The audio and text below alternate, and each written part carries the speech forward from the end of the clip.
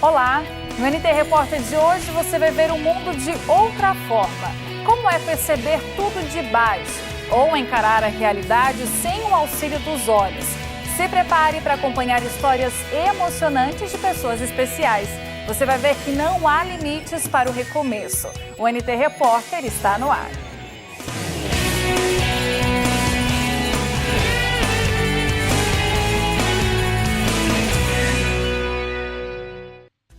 Acidentes, problemas no parto, herança genética. As causas de uma deficiência são várias, mas nada justifica o preconceito. Veja até que ponto vai uma superação de quem está apenas em busca de uma chance. E conheça a realidade de empresas que colocaram em prática a inclusão social. Como é ver tudo de baixo ou contar apenas com o som para se localizar? Como vivem os milhões de brasileiros que possuem algum tipo de necessidade especial? Estima-se que, no Brasil, cerca de 15% da população tenha algum tipo de deficiência. Isso representa cerca de 24 milhões de pessoas. Buridan ficou numa cadeira de rodas depois de um acidente.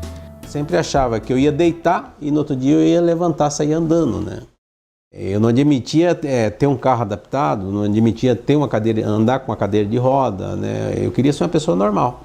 Até que, passado esse tempo, eu acordei, sentei na cama, olhei em volta e pensei comigo mesmo, né?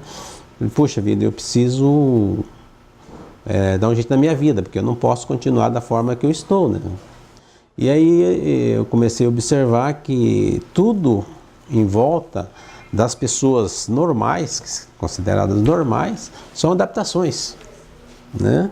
Eu comecei a observar, para você comer, você tem o garfo, você tem a faca, você tem o prato, que é uma adaptação que o ser humano inventou para ele se alimentar. Você tem escada para subir, você tem o carro para se locomover. Com algumas adaptações, ele recomeçou a vida e, com a ajuda de um sócio, estruturou também esta empresa que, na época, estava engatinhando com apenas 3 anos de idade. 26 anos depois do acidente, a gráfica em Curitiba está consolidada e é aqui que o empresário passa boa parte do tempo. Meu dia, ele começa às 6 horas da manhã e termina às 11h30, meia-noite, é a hora que a gente vai deitar, né? E logo depois do acidente, eu achei que eu ia ficar atrás de uma mesa só, né? Mas ao contrário, depois você vai vendo que você tem condições de fazer muitas coisas, né? Agora feche os olhos e tente imaginar como seria fazer tudo assim, no escuro. Pois mesmo tendo nascido cego, Manuel faz de tudo. O músico leva uma vida independente e a tecnologia facilita bastante a vida de pessoas como ele. Silentes, calende, para hoje. Então ele está falando silentes, calendes, é calendário, né? Para hoje. 1 de 6, por exemplo, ele falou aqui. Se eu entrar aqui nesse 1 de 6 é a minha lista de contatos, né? Sei. Ele fala tudo que eu preciso aqui. Se alguém me manda uma mensagem... Ele também, esse celular faz a leitura da mensagem para você? Faz a leitura da mensagem. E para você escrever a mensagem? É mais ou menos a mesma coisa. Quer ver? Ele vai ditando as letras? Ele vai falando. Quando eu apertei aqui essa tecla, ele falou MENS, que é a abreviatura de mensagem, Sim. né? Aí eu vou escolher se eu quero enviar uma mensagem de texto ou uma mensagem. E como acontece com vocês, só que ele vai falando tudo para mim, que está na tela. Vilma também é deficiente visual. Perdeu a visão aos 9 anos de idade. Na época, parou de estudar e só voltou para a escola 20 anos mais tarde. Eu me sinto feliz, porque antes eu era deprimida, né? Porque eu quase não fazia nada em casa também, né? Mas agora eu faço serviço em casa e estudo aqui também, né? Daí ficou melhor a vida. Encontramos Vilma na Associação dos Deficientes Visuais do Paraná, a ADVIPAR. Bill é professor na entidade, que há 32 anos trabalha com a readaptação de deficientes visuais. Como trabalho educacional, nós cuidamos da leitura, da escrita, da orientação e mobilidade e a educação de uma forma geral. Eu digo que a gente não abre mão da educação das pessoas com deficiência. O que significa isso?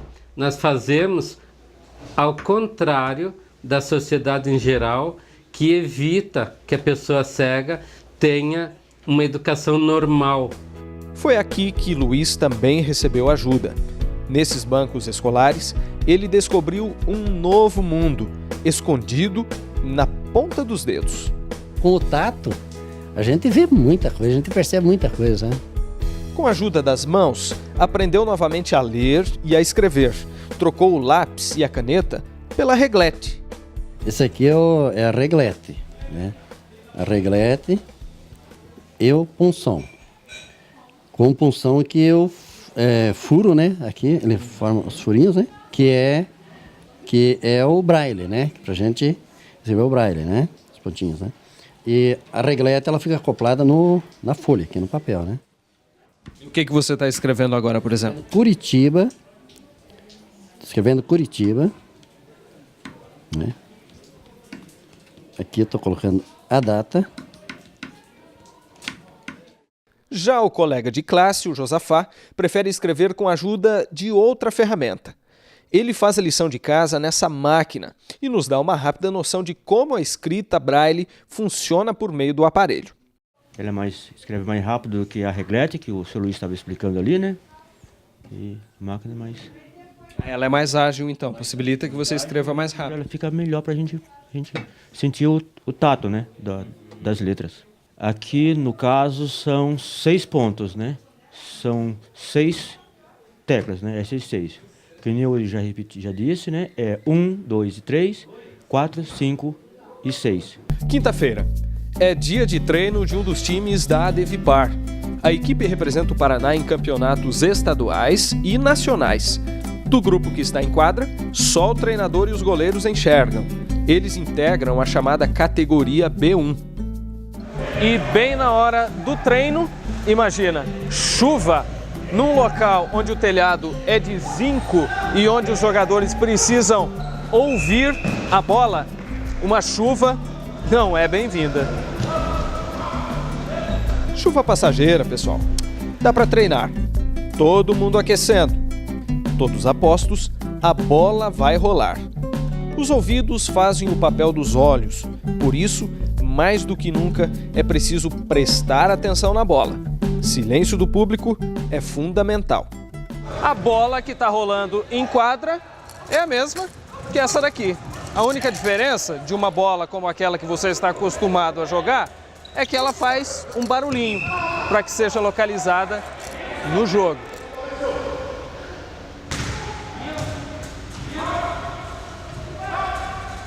Este é um time de craques. Muitos deles já vestiram a camisa verde e amarela dentro e fora do Brasil. Essa aqui é o que eu joguei na Grécia, né? Essa camiseta. É mesmo? Essa que eu joguei na Grécia. Emerson é outro orgulho nacional que transpira futebol. Bom, o sonho aí é jogar uma Paralimpíada. 2004 eu ainda era muito novo, foi minha primeira convocação, era muito inexperiente, fui cortado.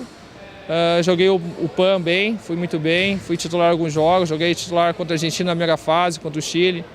Então, fiz um trabalho muito bom, trabalhei forte e estava convocado aí para Pequim. Infelizmente, tive uma lesão, fiquei de fora, então acho que meu sonho ainda é jogar uma Paralimpíada, se Deus quiser, Londres no ano que vem. Maurício também tem um sonho: levar para sua terra natal, a Angola, uma paixão que descobriu no Brasil. Quer levar o futebol para Angola também? Com certeza, vou montar a seleção brasileira para jogar contra a seleção no Brasil. Tudo bem, Maurício, a gente entendeu o recado.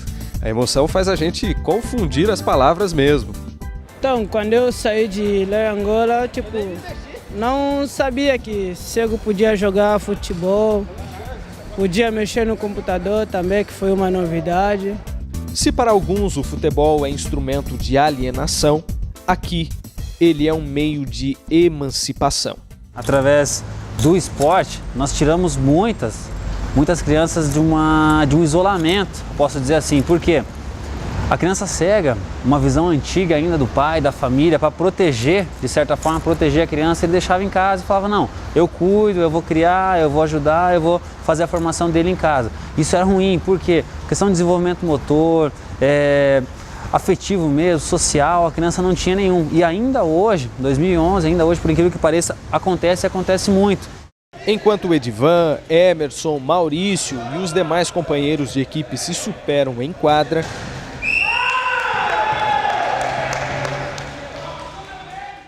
Manuel faz bonito nos microfones. Ele apresenta um programa de rádio semanal. Hoje eu quero lhe falar a respeito dos diferentes tipos de obstáculos que uma pessoa deficiente visual pode encontrar pelo caminho. Talvez para a rádio não seja tão importante quanto é para mim. Para mim está sendo um benefício enorme, porque eu gosto muito disso. Sonhei com isso há muito tempo. Eu tenho 41 anos, né?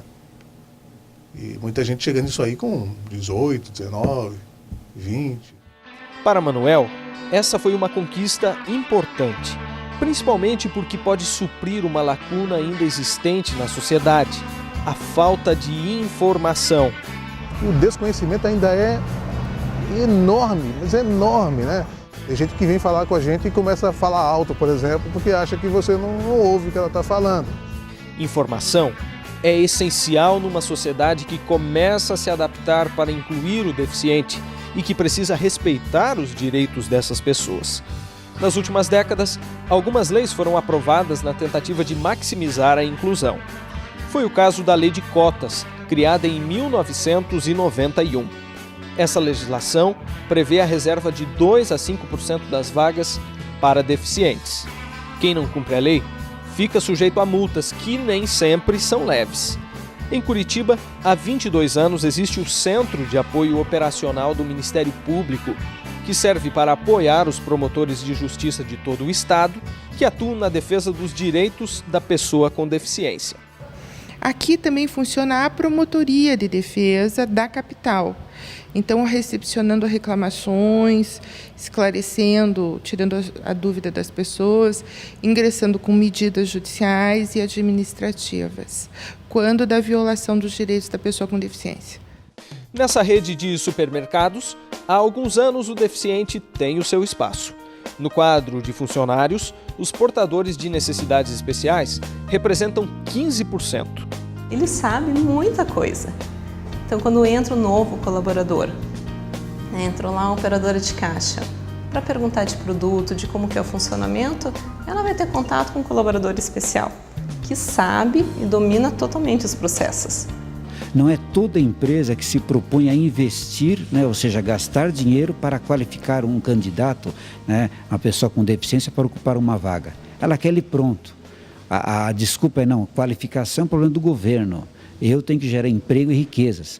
Mas quando se considera a lei de cotas, o objetivo dela não é dar emprego, e sim promover a inclusão, tanto social como profissional da pessoa, né? O fato é que estamos apenas começando um processo de inclusão, no sentido pleno da palavra.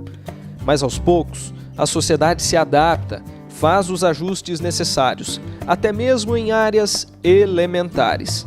Falar sobre inclusão está na moda, mas esta professora do Senai do Paraná foi além do discurso. Ela conseguiu colocar o deficiente na moda.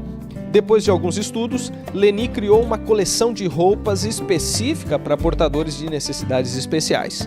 Então foi feito um estudo de modelagem, a anatomia desse corpo e adequada a modelagem com a informação de moda, com a tendência, com o colorido, com tudo que tem no mercado de moda apropriado para pessoa com deficiência. Essa peça aqui, por exemplo, ela abre inteira nas costas.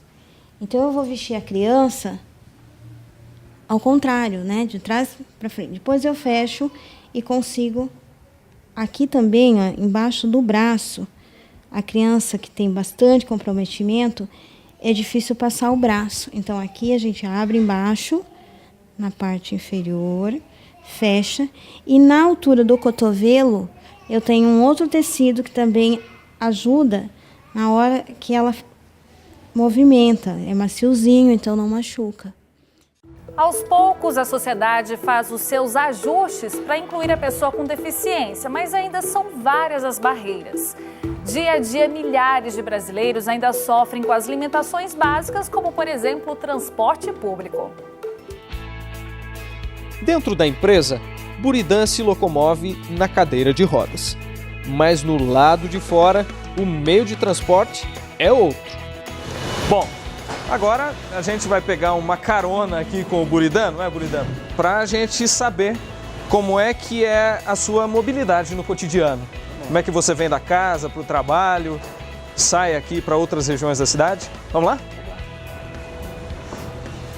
Então, o carro é hidráulico, né? Automático, não precisa trocar marcha, a qual eu recomendo quem tem intenção de ter um carro adaptado, use o hidráulico, que para a gente é mais segurança, né? Então aqui nós temos, somente como o carro é hidráulico, nós só temos uma alavanca, né?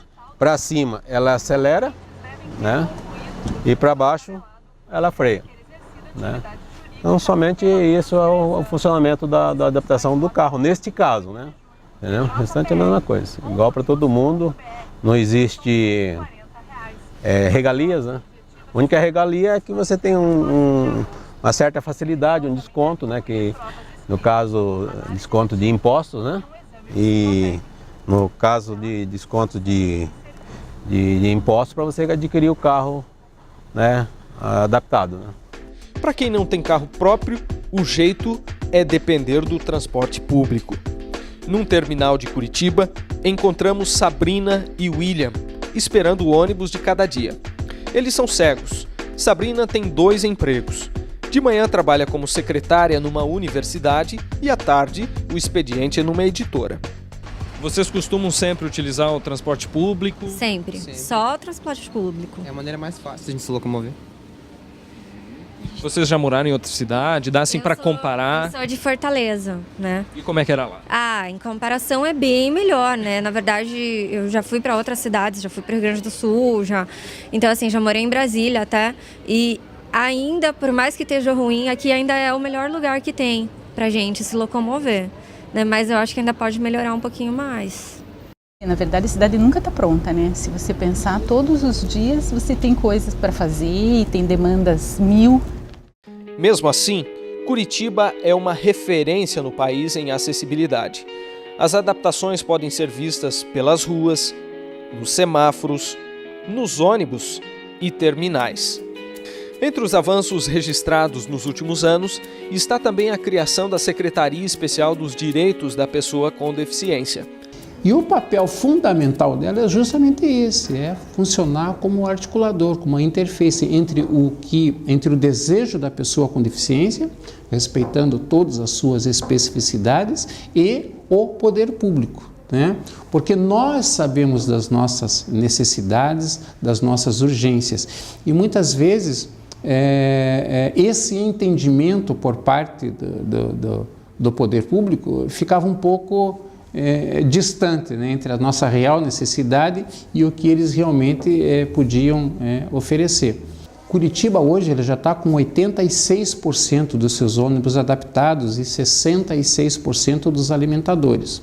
Como o nosso prazo é até 2014, então isso nos permite avaliar, supor que até 2014 Curitiba será talvez a única capital brasileira em que vai ter toda a sua frota de ônibus adaptadas. Junto com isso, um treinamento com os motoristas, que agora eles teriam que ter uma atenção redobrada. O cobrador da Estação Tubo também, bem no começo, ele era que fazia o elevador funcionar. Depois, atendendo um pedido dos próprios deficientes físicos, o comando passou a ser no próprio elevador, porque eles querem ter autonomia de subir e descer, não querem que esperar a boa vontade do cobrador, apesar de que ele recebe todo um treinamento para isso. Mas o controle agora então fica no cobrador e no elevador. Daí a pessoa escolhe, se a pessoa tem condições de apertar o botão, ela aperta, senão o cobrador aciona.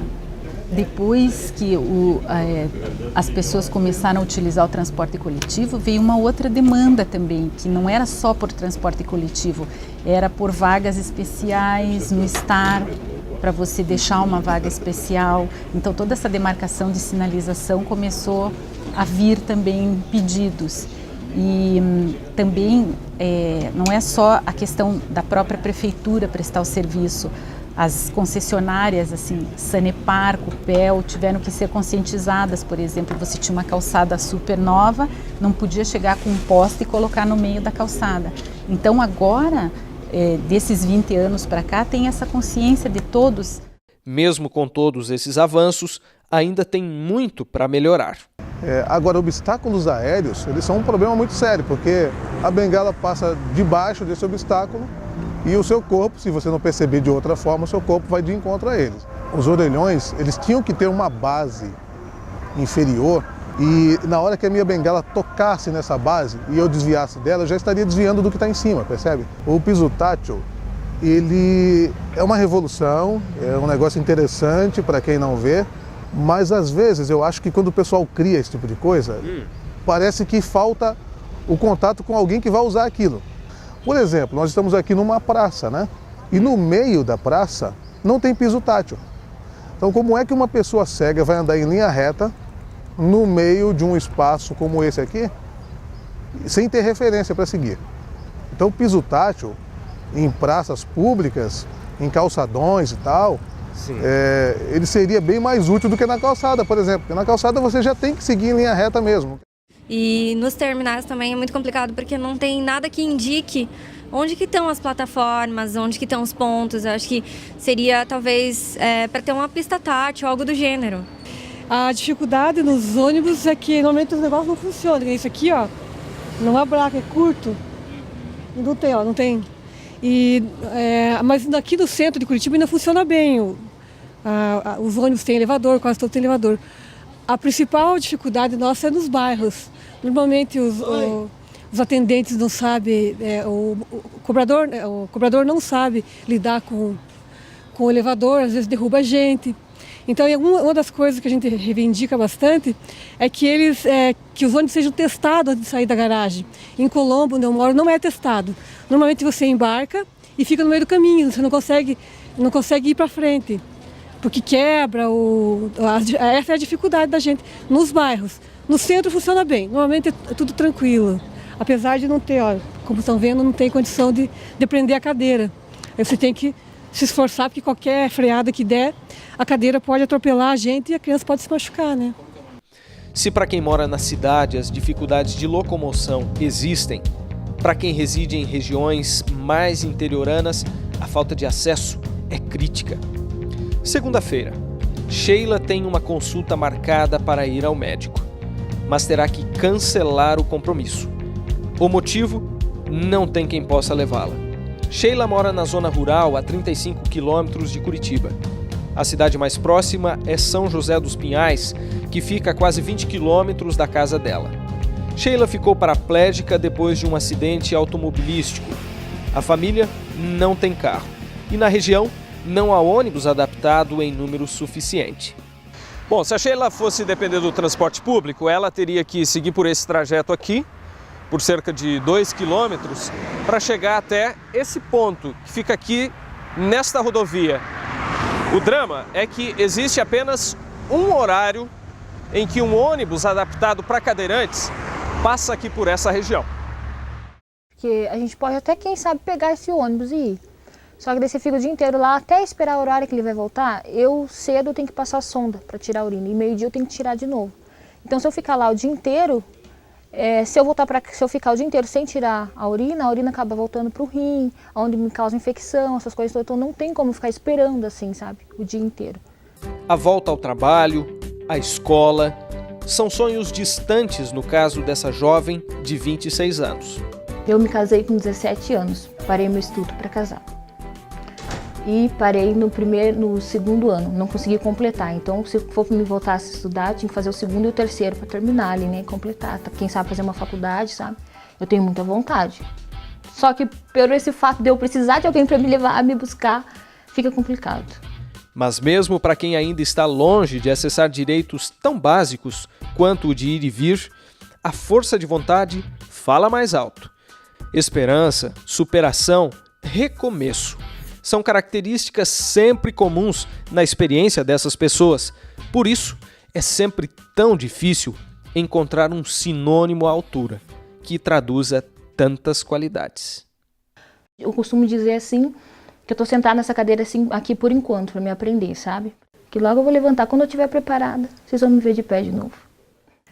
Pois é, como vocês puderam ver, as limitações de uma pessoa podem estar simplesmente na falta de uma oportunidade. Quer saber mais sobre este e outros programas? Então acesse o nosso blog novotempo.com/NTRepórter ou visite nossa página no Facebook, facebook.com/NTRepórter. Passa lá e comente, a sua opinião é muito importante para nós. Se preferir, você pode também rever o nosso programa na TV nos horários alternativos que aparecem aí na sua tela. E o NT Repórter fica por aqui. Obrigada pela sua companhia. Fique com Deus e até o nosso próximo encontro. Tchau!